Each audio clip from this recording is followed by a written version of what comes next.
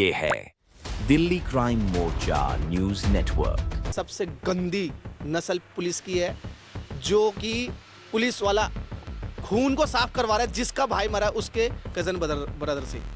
घर जाने वाला था तो बोला कि घूम लिया, मैं जाऊंगा घर। तो बोला ठीक है 2 दिन रुक जा। चलिए मामी मैं मरना नहीं चाहती है, मैं जीना चाहती ले गई थी। हॉस्पिटल जब आप लाए थे, जब तक बच्चे जिंदा बोल रहा था, बहुत तेज तेज बोल रहा था। आप जब लेके आ रहे थे हॉस्पिटल, क्या स्थिति थी बच्चे की? तो वो जिंदा था। मेरे को कह रहा मामी मेरे बचा लोगे ना मामी? हमने कहा हाँ बाबू मैं बचा लूँगी, बचा लोगे। देखो ये खून देखो। जब तो वो पार्क के अंदर घुसा 5 से 7 मिनट के अंदर चाकू घोंप के हत्या कर दी गई। दिल्ली का बंदा कहाँ से सेफ है? बाहर वाले को तो छोड़ो, जब दिल्ली का ही बंदा सेफ नहीं है। 2 चाकू यहाँ मार के घुमा दिए थे, हाथे 12 की थी पीठ की, फिर 2 यहाँ मार रखे हैं चाकू। 1 सर पे मार रखा था। वो घूमने पर्पज से आया था। हमें जो चाहिए मौत के बदले मौत चाहिए।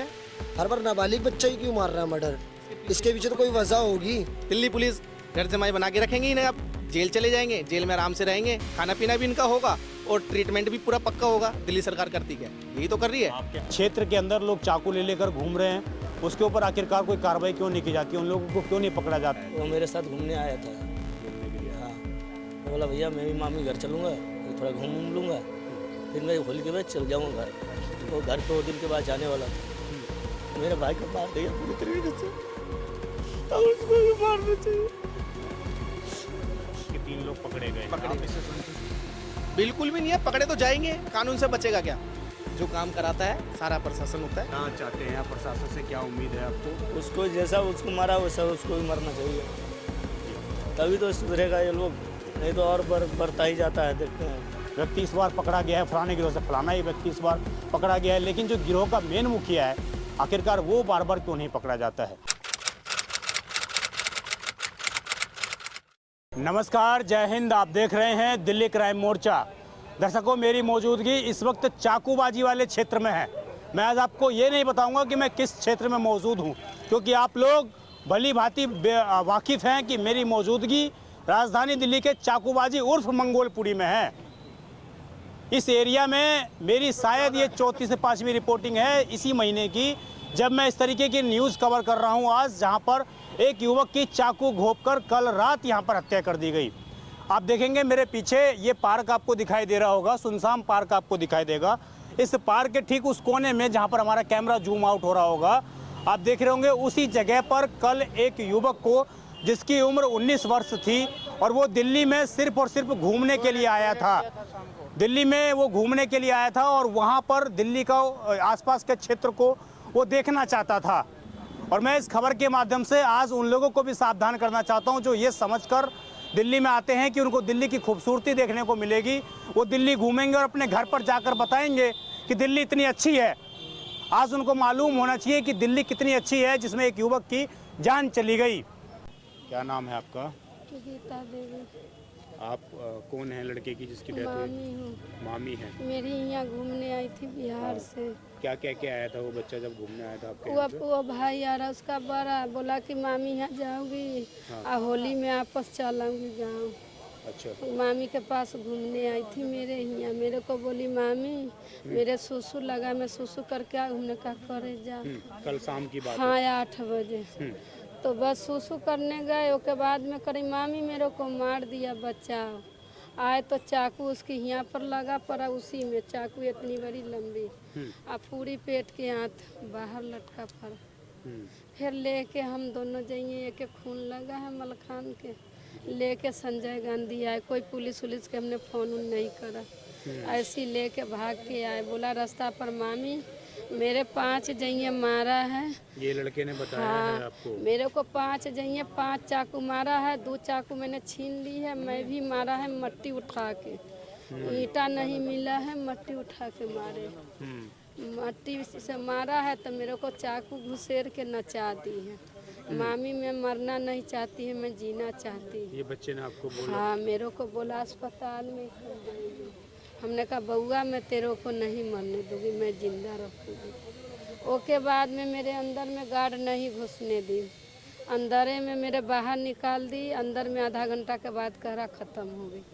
फिर मेरे को घर ले गई यहाँ थी। उस हॉस्पिटल जब आप लाए थे, जब तक बच्चे सांस जिंदा चल रही थी, बोल रहा था, बहुत तेज तेज बोल रहा था। ये उठा के कंधा पर लाए, देखो खून कितना इसका कपड़े में। वो कंधा पर लाए, मैं पीछे पीछे दौड़ रहा था, तो मेरे को कह रहा मामी मेरे बचा लोगे ना मामी। हमने कहा हाँ बाबू मैं बचा लूँगी, बचा लूँगी। ये देखो ये खून देखो, ये कंधा पर लादा था। अब मैं पीछे किस पीछे चीज़ के की दुकान है आपकी? चाय के दुकान है, चाय की गुटके दुकान है। क्या शिखर है। कभी आपको डराने धमकाने इस तरह नहीं की कभी कुछ? नहीं, ऐसा कोई नहीं मेरे किसी से। किसी से नहीं। नहीं। तो ये अचानक लूटपाट के कारण दे गया, पूरा हमला एक किया गया है, या जानबूझकर बच्चे को मारा गया? नहीं, मेरे बच्चे तो किसी से जानता तो नहीं, किसी से जान पहचान नहीं। अभी तो 3 तारीख के अबे करा है वो गांव से, तो कहाँ किसी के दुश्मनी होगा। आपका क्या नाम है? मल खान। आप ही सबसे पहले बच्चे को लेके हाँ, आए? मैं हॉस्पिटल लेके आया था। जी। आप एक चीज़ बता रहे थे कि कुछ लोग इन्वॉल्वमेंट थे इसमें। नहीं, ऐसा कुछ नहीं हुआ। जो लड़के थे ना वो पकड़े गए हैं। हाँ, पकड़े गए। हाँ, किसी ने तो आप जब लेके आ रहे थे हॉस्पिटल, क्या स्थिति थी बच्चे की? तो वो जिंदा था। यहाँ पे 1 घंटे तक जिंदा रहा है वो। 1 घंटे तक वो सफ़र करता रहा है। हाँ, तो उसके बाद क्या डॉक्टर टीम बचा नहीं पाई या कैसे? डॉक्टर टीम ने तो डॉक्टरों ने तो पूरी कोशिश करी थी हमारे सामने, ट्रीटमेंट बढ़िया करा, सारे डॉक्टर लगे पड़े थे, हाँ, पर वो धीरे धीरे उसकी सांसें कम होती रही हैं, खून बहुत ज़्यादा निकल चुका। ब्लड पूरा निकल गया था उसको। जी। 2 चाकू उसके शरीर के अंदर ही थे। हाँ, 1-2 चाकू यहाँ मार के घुमा दिए थे, आंखें बाहर आ गई थी पेट की, फिर 2 यहाँ मार रखे हैं चाकू, 1 सर पे मार रखा था। 3 से 4 चाकू हमला किया। 5 चाकू मारे। तो ऐसी क्या दुश्मनी थी उस बच्चे से जो जिसका कोई लेना देना नहीं? 15 दिन हुए हैं आए हुए, बिहार से उसकी कोई दुश्मनी नहीं है, वो घूमने आया था यहाँ पे। क्या नाम है आपका? मेरा नाम मंजेश है। मंजेश जी।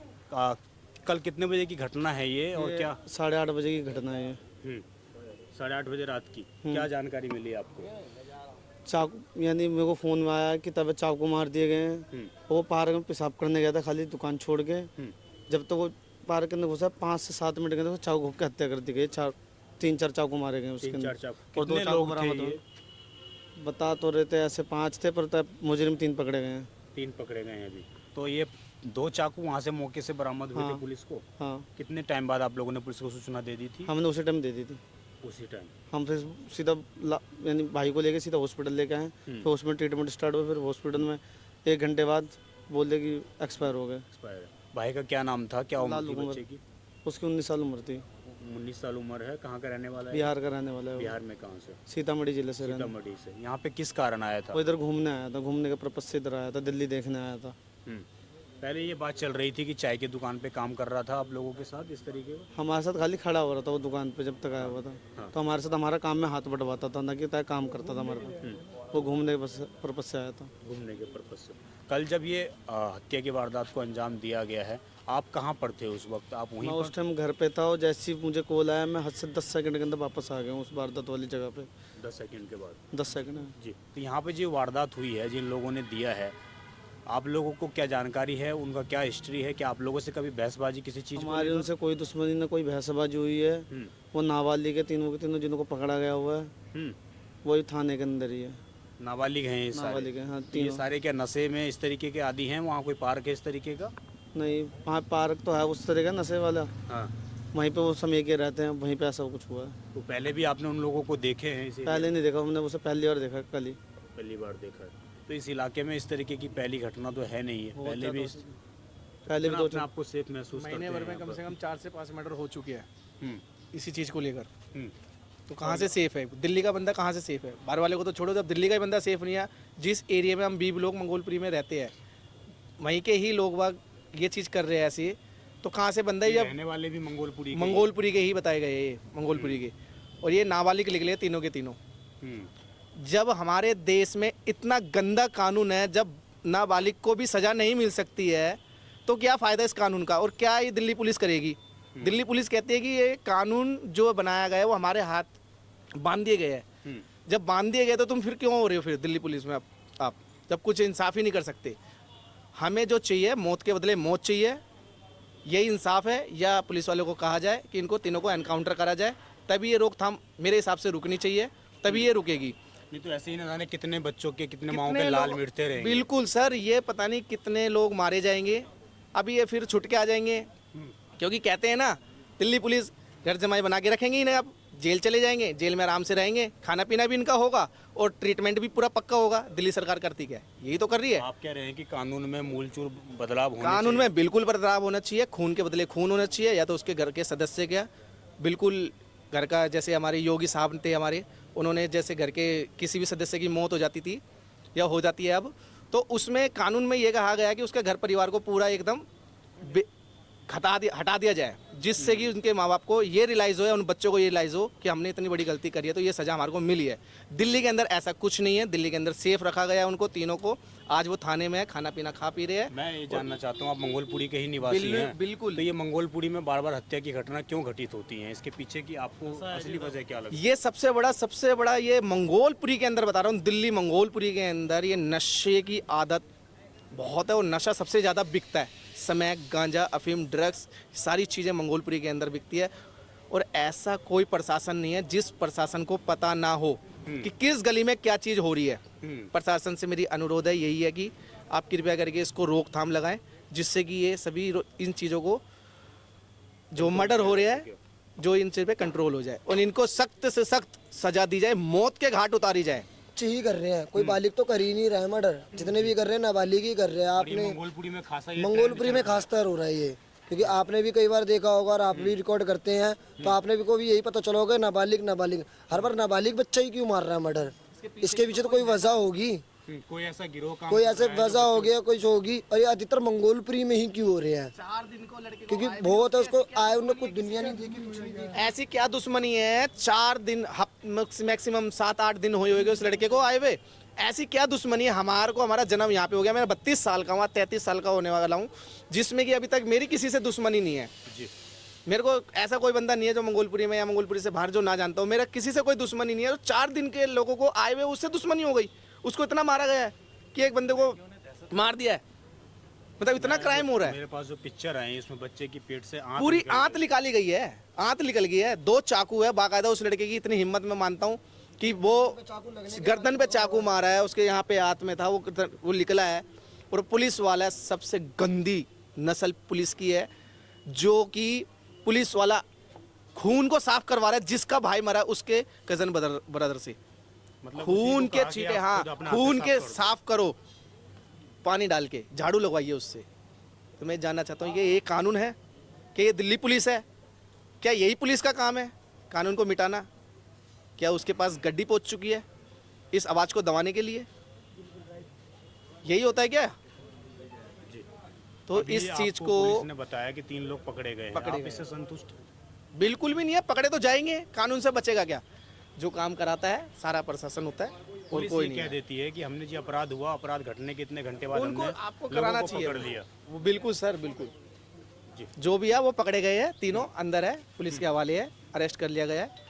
अब उनको सजा कर सख्त कर दी जाए, हम यही चाहते हैं सर। मेरे साथ अभी जो लड़के के भाई हैं वो मौजूद हैं और यही साथ में थे जो भाई हैं और यही साथ में रहा करते थे। इनसे ज़रा जानते हैं, क्या नाम है आपका? राजेश कुमार सर। राजेश कुमार। आपके भाई का क्या नाम है पूरा? लालू। लालू। लालू ही बुलाते हैं, आधार कार्ड में भी लालू ही नाम है। जी। जी। कितनी उम्र थी बच्चे की? 19 साल। 19 साल। तो यहाँ सिर्फ घूमने के लिए आया था या काम वाम करने के लिए भी आया वो था? मेरे साथ घूमने आया था। घूमने के लिए आया। हाँ, वो बोला भैया मैं भी मामी घर चलूँगा, थोड़ा घूम लूँगा, फिर मैं होली के बाद चल जाऊँगा घर। वो घर 2 दिन के बाद जाने वाला था।